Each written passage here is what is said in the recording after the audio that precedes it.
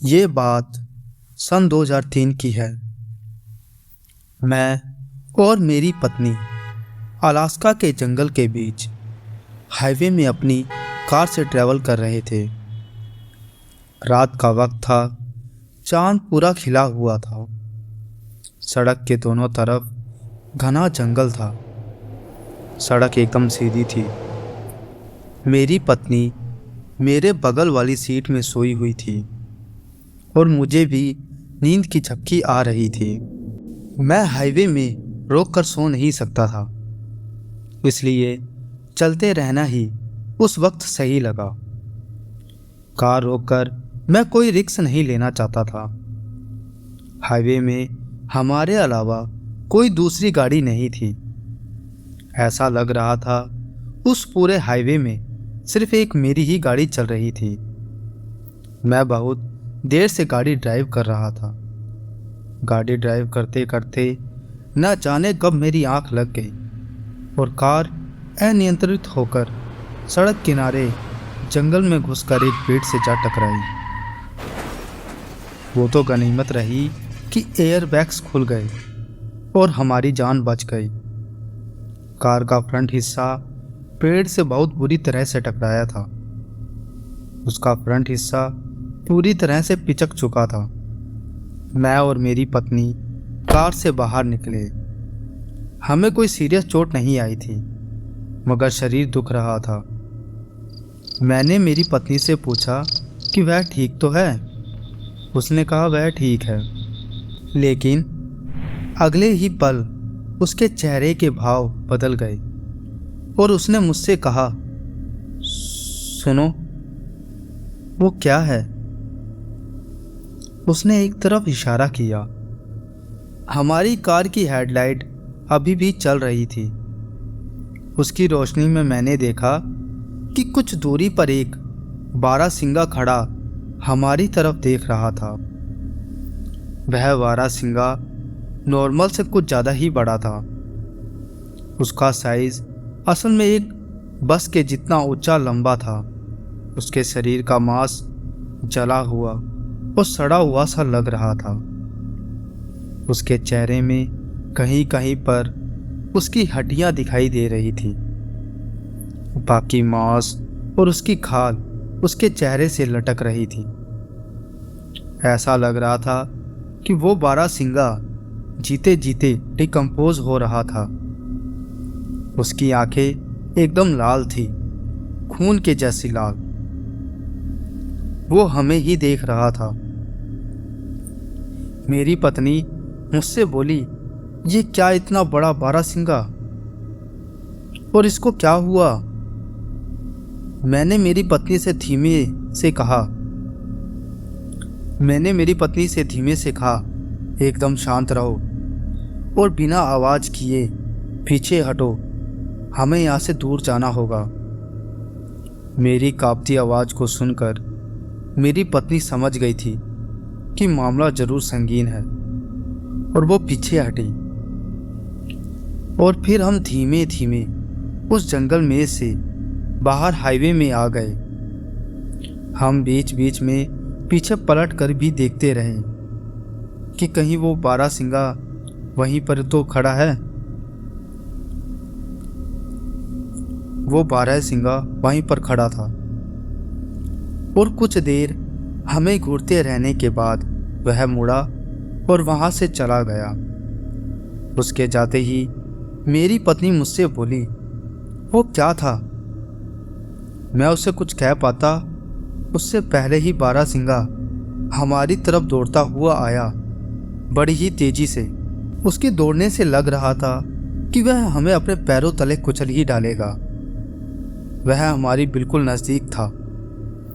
हम दोनों डर के मारे नीचे झुके और वो बारहसिंगा हमारे ऊपर से कूदा और एक छलांग में उसने उस सड़क को क्रॉस करके सड़क की दूसरी तरफ के जंगल में घुस गया। हम दोनों उसे जंगल की दूसरी तरफ भागता हुआ देख रहे थे। वो बेतहाशा भाग रहा था, मानो जैसे किसी से डर कर भाग रहा हो, मगर किससे? तभी हमें हमारे पीछे से रूह कँपाने वाली गुर्राहट सुनाई दी। हम दोनों ने डर कर पलट कर पीछे देखा।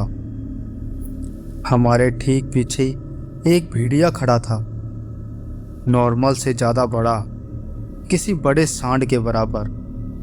उसकी आंख खून की तरह लाल थी। तभी वो भेड़िया अपने दोनों पैरों पर खड़ा हो गया, किसी इंसान की तरह। हमारे पास छुपने की कोई जगह नहीं थी, इसलिए सिवाय भागने के हमारे पास कोई दूसरा रास्ता नहीं था। हम हाईवे पर भागते तो वो भेड़िया हमें देख लेता। मैंने अपनी पत्नी से जंगल की तरफ भागने को कहा और हम दोनों पूरी जान से जंगल के अंदर भागने लगे। वो घना जंगल था, हम भागते हुए कहीं ना कहीं छुप सकते थे, इसलिए हम सड़क पर ना भागकर जंगल की तरफ भागे। वो भेड़िया भी हमारे पीछे भाग रहा था। कभी वो 2 पैरों से किसी इंसान की तरह भागता तो कभी 4 पैरों में। भागते भागते मैं और मेरी पत्नी एक चेक पोस्ट के पास पहुंचे। वह चेक पोस्ट फॉरेस्ट वालों का था। हम दोनों उसके नज़दीक गए तो देखा उस चेक पोस्ट के कैबिन में खून फैला हुआ था, मगर वहाँ कोई नहीं था। इसका मतलब एक ही था कि वहाँ तैनात गार्ड मर चुका था। हम दोनों उस चेक पोस्ट के कैबिन में छुप गए, क्योंकि उस जंगल में वही एकमात्र जगह थी जहाँ हम छुप सकते थे। उस चेक पोस्ट के अंदर एक टेलीफोन था, जिसका रिसीवर टेबल से नीचे लटक रहा था। मेरी पत्नी ने उस टेलीफोन को नीचे खींचा और पुलिस का नंबर डायल किया। बहुत कोशिश करने के बाद कॉल पुलिस को कनेक्ट हुआ। दूसरी तरफ से एक पुलिस ऑफिसर की आवाज़ आई। मेरी पत्नी ने उस जंगल में हमारे साथ घट रही घटना के बारे में पुलिस को सूचित किया। पुलिस ने कहा कि वो जल्दी ही फोर्स लेकर वहाँ पहुँचेगी और हमें किसी सेफ जगह छुपने को कहा। हम बहुत देर तक उस चेक पोस्ट के अंदर छुपे हुए बाहर जंगल में उस भेड़िए की दहाड़ सुनते रहे। वह हवा में हमारी गंध को सूंघने की कोशिश कर रहा था और शायद उसे हमारी गंध मिल गई थी, क्योंकि वह अब हमारे बहुत करीब था। तभी वो एकदम हमारे करीब उस चेक पोस्ट के पास आकर खड़ा हो गया और अपनी बड़ी बड़ी लाल आंखों से उस चेक पोस्ट को टूटी हुई खिड़की से अंदर झांकने लगा। फिर वो जोर से दहाड़ा और फिर उसने अपने हाथ के एक जोरदार वार से उस चेक पोस्ट की खिड़की को तोड़ दूर फेंक दिया। अब उसकी नज़र हम दोनों डरे सहमे दुबके हुए पति पत्नी पर थी। वो अपने दोनों पैरों पर खड़ा हुआ और उसने दोनों हाथों से उस बचे हुए चेक पोस्ट को उखाड़ फेंका। अब हम दोनों ठीक उसके सामने थे। मेरी पत्नी डर के मारे मुझसे चिपकी हुई थी और मैं भी कम डरा हुआ नहीं था। आसमान में चांद खिला हुआ था, ठीक उस भेड़िए के सिर के ऊपर, और हम उस भयानक जानवर को अपने सामने खड़े अपनी मौत का इंतजार करते हुए देख रहे थे। तभी उसने अपना बड़ा सा मुंह खोला और हम पे जैसे ही हमला करने वाला था कि ठीक तभी किसी ने उसे पीछे से धक्का मारा और वो भेड़िया दूर जा गिरा। हमने देखा हमारे सामने वही बारहसिंगा खड़ा था जिसे हमने इस भेड़िए से पहले देखा था। उस वक्त तो हम उससे डरकर भागे थे, मगर अभी वही बारहसिंगा जो उस भेड़िए और हमारे बीच दीवार बनकर खड़ा था। दूसरी तरफ वो भेड़िया अब उस बारहसिंगा की तरफ देखकर दहाड़ा।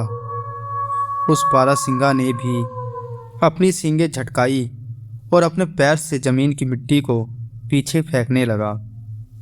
वो भी लड़ने के लिए तैयार था। भेड़िया इसकी तरफ दौड़कर आया।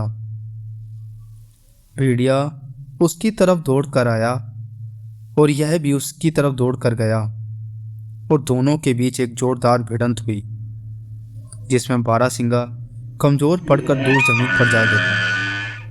तभी भेड़िए ने अपने दांत उस बारहसिंगा की गर्दन पर गाड़ दिए। बारहसिंगा झटपटा रहा था। उसने किसी तरह ताकत जुटाई और उस भेड़िए की छाती पर एक लात जमा दी।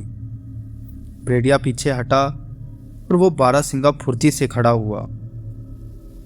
उसने अपने सिर को जोर जोर से हिलाया जिसकी वजह से उसकी बड़ी बड़ी सींगें हवा में लहराने लगी। इससे डरकर भेड़िया पीछे को हटा, मगर वो अभी भी दूसरे हमले की तैयारी में था। आसमान से आती चांद की रोशनी में हम सब कुछ साफ साफ देख पा रहे थे। इस तरह तो दो मॉन्स्टर को लड़ते हुए सिर्फ मूवी में ही देखा था। वो भेड़िया एक ऊंची छलांग मारकर हमारी ओर कूदा, मगर बारहसिंगा दौड़कर हमारी तरफ आया और उस भेड़िए और हमारे बीच दीवार बनकर खड़ा हो गया। उस भेड़िए ने फिर से बारहसिंगा की गर्दन को अपने जबड़े तलों दबोच लिया और फिर उसने अपने दोनों पंजों से बारहसिंगे का जबड़ा पकड़कर पूरी ताकत से उसके जबड़े को गले तक चीर कर रख दिया। वो बारहसिंगा बेजान होकर जमीन पर गिर गया। सब कुछ शांत हो गया। उसके बाद वो भेड़िया भी अब भागता हुआ एक और जा खड़ा हुआ। शायद अब हमारी बारी थी मरने की। हमें बचाते बचाते वो बारहसिंगा मर गया। अब हमारी मौत हमारे सामने खड़ी थी। वो भेड़िया हमें देखकर गुर्राने लगा, मगर वो थोड़ा कमज़ोर लग रहा था। हमने गौर किया कि उसके सीने में कुछ धंसा हुआ था। थोड़ा और ध्यान से देखने पर पता चला कि उसकी छाती में बारहसिंगे का सींग टूटकर धंस गया था, ठीक उसके दिल के ऊपर। वो बारहसिंगा मरते मरते भी उस भेड़िए को ऐसा वार कर गया था जिससे उस भेड़िए की मौत निश्चित थी। उस भेड़िए के सीने से खून निकल रहा था। उसने अपने हाथ से उस टूटी हुई सींग के टुकड़े को अपने सीने से बाहर खींचा और फिर थक कर जमीन पर बैठ गया। उसकी सांसें थमने लगी और कुछ ही देर में उसने अपना सिर जमीन पर रख दिया और वो भेड़िया भी मारा गया। हम दोनों ने बारहसिंगे के हाथ जोड़े और भगवान का शुक्रिया अदा करके हाईवे पर आ गए।